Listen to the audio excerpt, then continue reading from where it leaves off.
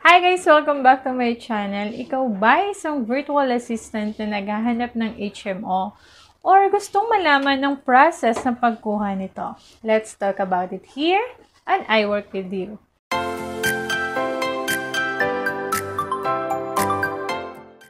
Lahat tayo ayaw magkasakit. Kasi nga naman, dahil tayo nagtatrabaho, kung tayo magkakasakit, wala na tayong kikitain, magagastusan pa tayo. So, kaya naman tayo ay mapapasana all na lang sa mga client na sagot nila ang health benefits ng kanilang mga virtual assistant. Dahil kung tayo kukuha nito, malaki ang ating babayaran. But for today's video, sana all no more muna ako ngayon dahil yung client ko ay nagbibigay sa akin ng allowance monthly to pay yung social security and other benefits na pwede kong makuha. So, ang ginagawa ko, every month, on the top of my salary, binibigay nila yon, hinahati ko na lang para mabayaran ko yung mga benefits. Last year, before mag-end ng 2022, nag-decide ako kumuha ng HMO. Ang pinuha ko ay MaxiCare. Kung tatanungin nyo bakit MaxiCare, actually hindi siya yung first choice ko. Medicare ako, kaya lang wala akong makitang agent. So, MaxiCare na muna yung kinuha ko. So, ang una namin ginawa ay pumunta kami sa office ng MaxiCare.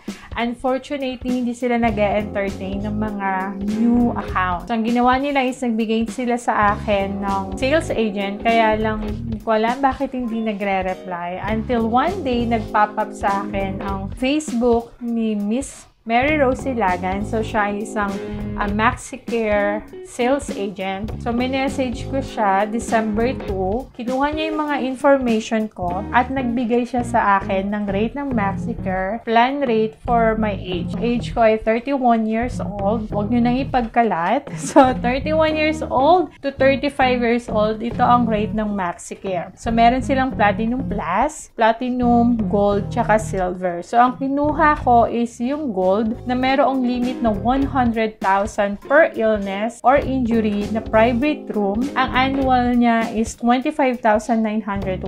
Semi-annual niya is 13,987. At yung quarterly niya ay 7,252. Now, kung gusto mong meron ding dental na kasama, mag-a-add ka lang ng 387 annual, 209 semi-annual, or 108 quarterly. So, nag-add ako ng dental. Total niyan is 7,360. So, ang requirements is yung form, tsaka yung government ID. So, yung form, hindi ko na siya din-download. Meron na lang siya sa akin pina-filled up na text. And then, doon na lang ako naglagay ng information. Tapos, yung ID ko. And then, after December 2, mag-wait ako para i-check yung application ko at mabigyan ako ng billing. December 12, nagkaroon ako or naka-receive ako ng bill. So, ganito yung itsura niya. Billing invoice. So, ang nakalagay dyan is 7,360. Kapag may billing invoice ka na, doon ka lang magbabayad noong first quarter nung plan mo. Yes, kailangan mo kagad bayaran. Ang laki nung babayaran kung individual lang talaga tayo. So, after December 12, December 13, nag-transfer ako. Yes, online siya. Actually, nagtanong ako kung pwedeng bayaran siya sa office. And again, wala silang transaction. Na ganun, lahat is puro online na. So, nag-transfer na lang ako ng payment. So, December 14, naka-receive ako ng OR. So, kapag naka-receive ko ng OR, katulad nito, magbibilang ka ng 7 to 10 days to activate yung account mo. And then, 15 to 20 days naman, upon nang na-receive po yung OR, para ma-deliver sa'yo yung card. So, December 14 ko na-receive yung OR. December 21, naka-receive ako ng message na activated na yung aking account. So, meron na akong account number. Tapos, nag-register na rin ako para magkaroon ako ng e-card dahil wala pa akong card. So, pwede ko na siyang magamit. But then, as of now, January 4, wala pa rin sa akin yung physical card. Siguro dahil holiday, tumama siya sa napakaraming holiday. So, wala pa rin. So, naghihintay ako. I-update ko kayo kung anong mangyayari once na naka-receive na ako ng card. Then, ganun yung kasmooth yung process sa pagkuha ng health card,